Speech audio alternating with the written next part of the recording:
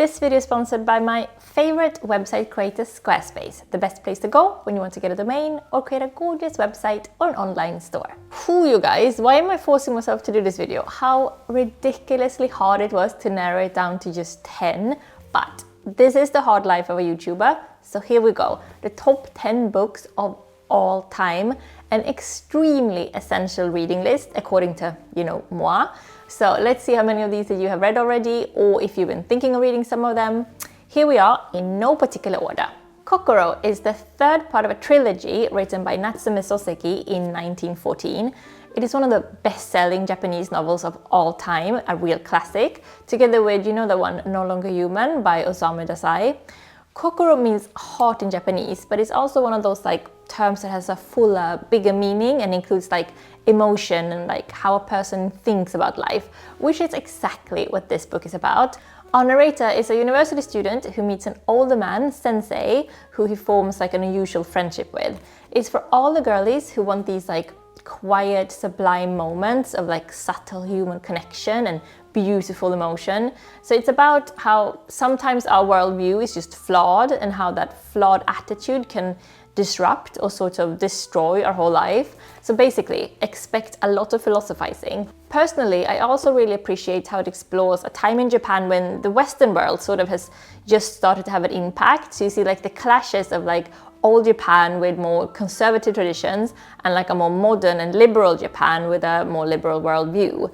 So I read this book a long time ago though. I've actually gone back to see in my reading log and I haven't logged it at all, which means that I must have read it before 2016. This autumn I have decided I'm going to travel to Japan, not literally, but literaturely. So Kokoro is one of the Japanese novels that I have decided to reread. Fingers crossed I will still love it, but who knows, it's always a risk when you reread books. By the way, do you log your books? I tried Goodreads, but I couldn't get into it. I find it too many steps for every log. So instead I have my very own, very cheeky and sexy little spreadsheet in Google Docs where I log books that I've read each year, but also with an intricate point system, plus where I add books I want to read, and I have a little high priority shopping list for the next time I'm in the bookshop. Do tell me how you log your books if you do. It's actually one of my favorite aspects of being an extreme reader, to see some sort of proof of all the hours that I put in. The next absolutely essential book on my list is Recitative by Toni Morrison. It's her only short story, written in 1983, and you can see just how short it is, and it just floored me completely for two reasons.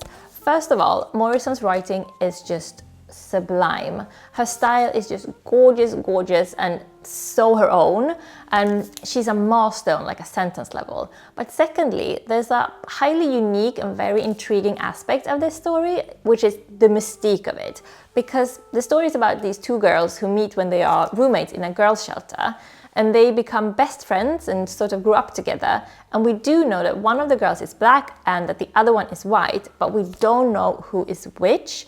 And throughout the whole story, we're never told. So both girls have these racial prejudices, but the story is told in such a brilliant way that it keeps us guessing. The brilliance of this is that it makes us sort of so aware of our own prejudices, and it's really quite discomforting to read about racism but without knowing in which direction, if that makes sense. So I loved every single sentence of this slim little book, and this is for the girlies who want to be kept on their toes and are looking for books that will immediately make them smarter and question your own worldview. Highly recommend. Another masterpiece on my list is for anyone who wants to sort of meditate on societal norms and what a woman should be like. So it's about the body, about physical strength, mental strength, and on solitude and what relationships really are for. It's Chrysalis by Anna Metcalf that actually came out early this year. It's not just one of the best books that I've read this year, but one of the top reads of my whole little life. It's about one of the most remarkable and unforgettable women that I've ever seen portrayed in a novel, who is by the start of the novel working out to get physically stronger, only to end up becoming a YouTuber who does these meditation videos, but in poses that are extremely physically difficult to hold. And all through the novel, she becomes more and more reclusive socially. So basically to see if she can live her life completely in peace without the interruption of any relationships. So the mood is thick. I actually got goosebumps a number of times reading this because the atmosphere is just so delicious. So it's like a musing on life. So it's not a fast-paced thriller, that's for sure, but it's about like caring about your life and choosing a life that fits you, no matter how unusual or frowned upon it is, but also about like the potential risks of going too far. So as a child-free, vegan, immigrant, creative, self-employed, naturally, this one was for me. Okay, The Friend by Sigrid Nunez from 2018. Have you heard about this one? Few books have been so recommended to me as this. I feel like the whole book industry is just raving about it. Of course, it is about a novelist, and the book industry always love a book about writing, but it's about so much more than this. Be warned, its main theme is suicide, so naturally it's not like an easygoing read, but it's also about art, about growing older, about keeping up with society changing, and strangely enough, about the love we feel for pets. So our narrator is a single senior novelist woman whose best friend, a senior novelist man, has just committed suicide. It's told in these like short little snippets where like our main character muses on life and on grief and on literature and basically what the meaning of it all is. So it's both like a gut punch, but also weirdly enough, really quite warm and tender in between the punches. So if you want to feed your brain with utter genius, like thoughts that you have never had before, and like a deep, deep connection to humanity, this one is for you. Again, not just one of my best reads this year, but of all time. I loved every single sentence and I didn't want it to end. It's the first Nunez book that I've ever read, so watch me run to the bookshop to stock up on her others pronto. One of the books that I've reread most times is Mrs. Dalloway by Virginia Woolf from 1925. I'm being quite cliche by putting this on the top 10 list, but listen, it's just that good. It deserves all the hype and it really deserves to be one of those classics. I haven't read it in quite a while though, so I'm due a reread. Basically, the whole book is centered around Clarissa Dalloway, who is throwing a party. That's more or less it. A lot of pondering and stream of consciousnessing ensues. It's hard to explain just what this book is if you haven't read it, but it's definitely one of the more challenging books on this list. So if you're not a confident reader, I wouldn't start here. I would build up with like more easily digestible classics first. Or actually, if you want me to, I could make a video on which classics to start with that are both like masterfully good, but also, you know, a bit easier to read if you're building up your reading muscle. Do let me know if you want a classics for beginners type of video. Fun fact about Mrs. Dalloway, it's by far the book I own in most editions, and one of those editions is also the most beautiful and the most valuable book that I own. When I got my book deal for K-Days and signed with my publisher, David gave me this American first edition from 1925, and when I got it and opened it, a pressed maple leaf fell out. Can you imagine a pressed leaf from 1925 in here? The romance, I'm getting chills. Speaking of OK Days, here's a little bonus interlude because obviously my own debut novel is my #1 favorite book of all time, and for sure the book that I've read the most times. We're talking hundreds of rereads here. So it's a strange one we're writing a book because obviously, although it just came out this summer, it's quite a long time since I wrote the first draft, since everything in publishing is excruciatingly slow. The first draft I wrote in autumn 2020, and it's first now that you all get to read it. So I was worried that I would have like grown out of it by now and started to like disliking it because I have learned so much and like become such a much better writer, I hope, since I first started drafting it. But actually, it's so not the case. I have so much love for this little book of mine, and I think that I always will have like a deep, warm feeling for it since it is my debut. So yes, my all-time favorite book from now to eternity, OK Days. There, I've said it. To all of you who bought it and read it, you are my favorite people. I cannot even tell you how much it means to me. With this next favorite, I'm going to cheat a little bit and choose 3 books in a trilogy, because basically you can't have one without the others. So the Outline trilogy by Rachel Cusk, oh dear, what a genius set of work. Basically, the books sort of reimagine what a novel is, and instead of having a narrator that tells us about their lives, we have an almost silent narrator who only shares with us what the other people are telling her. which means that we barely get to know her at all. So she's a novelist going around to different places, and each chapter is about a person that she meets and them telling her about like their lives and their philosophies. So in a way, it's like a set of short stories held together by our anonymous narrator. I'm not sure if this is making much sense, but if you read it, you'll understand what I mean. The third one, called Kudos, that's definitely the strongest one for me, and it has one of the most daring and outrageous and funny and sad and emotional endings of all time. Kusk really went for it with that ending, and it could just as easily have fallen flat, but I was completely floored by it. She's one of the most intelligent and original contemporary writers we have, for sure, and I couldn't recommend her more. Another quite new book making the list is Assembly by Natasha Brown from 2021. It's a short sliver of a book, but packing such a punch that it's impossible to forget it once that you've read it. This book will stay with me forever, that's for sure. It's about a woman in finance in London and about the racism and sexism that she meets on like a daily basis. So it's not an easy read, there's no like feel-goodness about it at all, but the prose is so sizzling and so electric and so incredibly powerful that each sentence is a joy in itself. So it's an intense read that you can finish in an afternoon, and you will be glad for it because we get an insight into like a world that we don't normally see. The most fascinating part is a trip that she does towards the end, where she goes to the country estate of her white boyfriend's family. Oh, the tension when she gets there.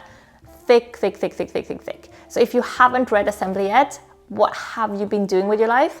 Another one of my forever favorite books that you need to read. Also, fun fact, I've met Natasha a couple of times. She's actually been to a party right here in this room, and she is the loveliest person you can ever meet. And she's also the only author on this list who has quoted for OK Days, which makes me maybe sound a bit biased, but actually, I read and fell in love with Assembly well before I ever met Natasha. Okay, it comes as no surprise to absolutely anyone that Bonjour Tristesse by Frances Sagan is on this list. I've talked about this book more times than any other books on my channels by now. Well, except for OK Days probably. It's fun, it's sexy, it's immoral, it's flirty, it's debonair, it's set on the Côte d'Azur one summer in France. What's not to love? Also, listen to this. Sagan was only 18 years old when she wrote it, and it became an immediate runaway success. Make yourself a cocktail and get tucked in. You will love this one. Now, if you do not want to drink cocktails and feel sexy, if you instead want to utterly break your own little heart, Good Morning Midnight by Jean Rice is for you. Written in 1939, mostly set in Paris, it is one of the 3 books that I can remember that has ever made me cry. It's about like this lost, lonely, incredibly sensitive woman walking the streets of Paris, getting too drunk, reminiscing on everything that has gone wrong in her life. So like her incredibly sharp intelligence mixed with like her deep love for humanity, it's heartbreaking to read because, well, this world is not made for us sensitive, wide-eyed romantics. And oh man, does she get hurt by the world. It's a masterpiece, but just a very, very sad one. Will I reread it? Yes, I will, and I will probably cry again. If you want an utter mindfuck of a book and on every page go like, what the hell did I just read? The Master Margarita by Bulgakov is the one for you. A book for the weirdos, if there ever was one. It was written between 1928 and 1940, but not published until like 1967 when Bulgakov was already dead by his widow Elena. On the surface level, it's about the devil, a naked witch, and a talking black cat coming to Moscow to cause trouble, but it's one of those books where absolutely everything is a metaphor, and every sentence has double meanings. So it was a long time ago that I read this book, and I don't think I will ever reread it because it is so strange, but what I remember from it is the humor and like the energy and like the absolute unique brilliance of it. You will never read anything like it. It is a classic for a reason. I would recommend to read up on the metaphors and like the real life societal comparisons, either before or after you read this book to get like the full meaning. I read the book completely blank and only after I looked up the references, and I still had a great reading experience, but looking it up beforehand might give you even more of like a deep reading experience if you want to pick it up. which I absolutely recommend that you do. A strange and weird and absolutely ludicrous masterpiece of a novel. So if you ask me today, these are the best 10 books ever written, but ask me again next week and I'm sure the list will look slightly different. But enough about me, hit me please, your top 10 books of all time, I want to know. And do let me know if you want me to make more book videos, like about classics for beginners, for example, or like the best books for autumn and winter, or my reading routine and the Google Doc I do for logging, or my best books about love, or whatever you prefer really. I love talking about books almost as much as I love reading them, so hopefully you love me making videos about them too. Give me a like if you do and click subscribe if you haven't yet, and oh please, feel totally free to go buy a copy of my little OK Days. I will utterly love you if you do. I have a lot more book content on TikTok and on Insta, so go find me there if you're into reading. Otherwise, see you next week already. Thank you so much for hanging out today. Do you want to create a beautiful site, maybe start your own blog? If so, you should definitely do it with Squarespace. Listen to this. With Fluid Engine, a next generation website design system, it's never been easier for you to unleash your creativity. So you start with an incredible template and then you customize everything by simply dragging and dropping. It seriously couldn't be easier. Squarespace is also amazing with blogging tools to share your stories, photos and videos to make it easy to reach your audience. You can also auto-post your content to Twitter, Facebook or Tumblr. Squarespace also have great traffic analytics so that you can see how many people are visiting your site, how long they're staying for, where they're coming from and what they're interested in, like books or films or maybe fashion, for example. So guys, what are you waiting for? Go get your free trial today at squarespace.com, and when you're ready to launch, go to squarespace.com/jennymustard to get 10% off your first purchase of a website or domain. That's it for today. Thank you so much for hanging out and see you soon. Peace.